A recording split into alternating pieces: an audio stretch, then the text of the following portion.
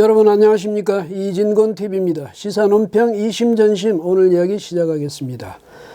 문재인 대통령이요 5일 추미애 더불어민주당 의원을 법무장관 후보자로 지명했네요. 뭐 예견은 됐던 일이긴 합니다. 어쨌든 추 의원 정치 경력이 아주 화려하죠. 여성으로서는 첫 5선 의원입니다. 그리고 집권 더불어민주당의 대표를 지냈죠. 대표를 지내는 동안에 2017년 제19대 대통령 선거가 있었거든요. 그때 상임 공동선대위원장으로서 승리를 또 이끌어냈죠. 그 이전에는 2012년 그 대선 때도 역시 이제 선대위에서 활동을 했습니다. 그때는 국민통합위원장 그걸 맡아서 역시 문재인 대통령을 위해서 굉장히 열심히 뛰었습니다. 아마 그래서 문재인 대통령이 추 후보자를 각별히 생각했을 겁니다. 물론 이제 처음부터 친문 정치인은 아니고요.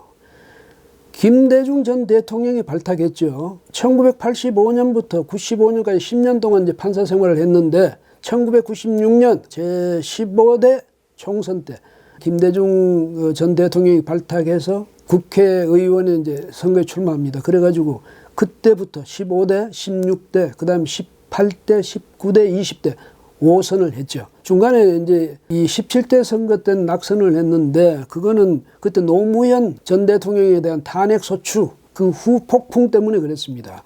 그때 민주당에서 선대위원장을 맡았었는데 후폭풍이 너무 크니까 그때 왜냐하면 열린우리당이 이제 새로 생겨 나갔고 추 후보자는 그때도 민주당에 있었는데요. 이 후폭풍에 이제 이것을 어떻게든지 좀 국민들의 마음을 좀 분노를 좀 사게 볼까 해서 광주 금남로에서부터 광주 망월동 묘역까지 한 15km가 된다고 그래요. 거기를 삼보 일배를 하는 그런 모습도 보였습니다. 그래서 아마 그런 인상이 문 대통령에도 깊이 남아 있었을 겁니다. 또 하나는 특징적인 것은 추 후보자가 대구 출신인데요. 그 남편은 서성환 변호사라고 전북 정읍 출신입니다. 그래서 영혼한 부부죠. 근데 이제 이 문재인 대통령이 추 후보자를 왜 기용했을까?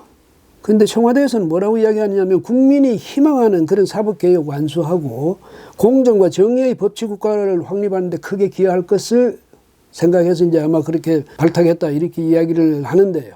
발표도 그렇게 했죠. 근데 국민이 생각하는 사법개혁하고 대통령이 생각하는 사법개혁이 반드시 뭐 같다고 말할 수는 없지 않겠습니까? 요즘 또 특히 더 그런 생각이 들어요, 사실은. 사법개혁 한다는 것이 결국은 검찰개혁 하겠다는 건데 검찰을 더 확실하게 대통령이 장악하겠다든지 그러니까 검찰을 대통령 권력 밑에서 꼼짝 못하게 만들겠다든지 아니면 이제 또 공수처를 만들어야 되니까 공수처를 만들고 검찰을 아주 양순한 그런 양 같은 그런 기관으로 만들겠다 뭐 이런 의도가 있는 게 아닌가 이런 의심이 안 드는 게 아니거든요. 그 다음에 대통령이 말하는 공정과 정의 그게 뭔지 지금도 아직 잘 모르겠어요.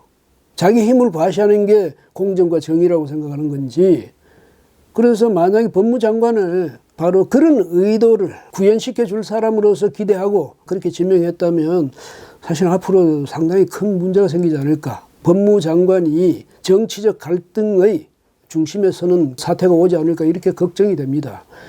추 지명자는요. 정치적 경력도 그렇게 화려하고 스스로도 이제 자신을 관리해야 될 이미지 그걸 관리해야 될 때가 됐거든요. 그런데 이때 장관을 맡아가지고 어떻게 잘못했다가 두고 후회할 일을 남겨서는 안 되겠죠. 물론 문재인 대통령도 추 후보자를 그런 용도로 쓰려고 발탁한 건 아니겠죠. 아닌데 이 정치라는 게 또 묘한 것이어서 그때 상황이 바뀌면 사람 마음도 확 바뀌거든요. 그래서 추미애 후보자로서는 그 점을 특별히 조심해야 될 겁니다. 그러니까 검찰을 길들이겠다. 검찰을 장악하겠다. 그래서 대통령이 통치를 해나가는데 그 앞에 장애 요인을 내가 제거하겠다. 그런 생각하면 큰일 나죠. 오히려 검찰의 보호자로서 검찰과 함께 협조해가지고 이 나라의 법치 질서 확립에 앞장서고 큰 다대한 업적을 남기겠다. 이런 희망을 가져야 되는 것 아니겠습니까? 법무장관으로 이제 발탁이 된 추 후보자 이야기를 하다가 보니까 무슨 생각이 나느냐. 다모클레스의 검이라는 게 생각이 납니다. 고대 그리스 그 시칠리아의 시라쿠사이라는 왕국에서 있었던 일인데, 이제 옛날 말은 이제 그리스 시대 그 폴리스 아닙니까? 거기서 디오니시오스 2세가 참주로서, 그러니까 독재자로서 통치를 하고 있었습니다. 근데 그 아래 다모클레스라는 신하가 있었는데요. 너무나 아부를 잘하는 사람이었습니다. 근데 그 아부를 듣기가 좀 이제 거북했던 디오니시오스가 그 다모클레스 보고 어느 날 이렇게 이야기합니다. 너 이 왕자 어떻게 보이느냐? 정말 좋아 보입니다. 정말 영광스러운 자리입니다. 이러거든. 그래서 너 여기 한번 앉아 볼랬냐? 이랬더니 아이고, 그렇게 하면 정말 영광이죠. 세상 사람 모두가 앉아보고 싶어하는 그 자리인데 제가 거기 앉아본다면 얼마나 좀 영광스럽겠습니까? 그러면 앉아봐라. 앉았거든요. 어떠냐? 너무나 좋습니다. 이러거든. 그래서 그러면 너 한번 고개를 들어 천장을 한번 봐. 이랬더니 그 위에 보니까요, 커다란 칼이 머리카락 한 올에 묶여서 매달려서 있거든요. 그 이제 칼이 가리키는 바는, 그 겨냥하는 거는 바로 왕의 자리, 왕좌. 그걸 겨냥하고 있는 겁니다. 그러니까 뭐냐면 왕의 자리라는 것이 겉으로 보기 같이 그렇게 뭐 멋있고 영광스럽고 그런 것만 아니라는 거. 그 참주, 그러니까 독재자, 그 디오니시오스도 그랬을진데 다른 왕들이야 오죽하겠습니까? 권력의 자리라는 건 그렇게 무서운 겁니다. 추후보자, 그 의원으로 있을 때하고 또 법무장관으로 있을 때는 또 다르죠. 법무장관은 실질적으로 권한을 행사할 수 있는 자리거든요. 근데 그 자리에서 자칫 권력에 취하면 일생의 그 여러 가지 업적, 이미지, 이게 하루아침에 바뀔 수도 있다, 얼룩질 수도 있다. 이걸 유념해야 되겠죠.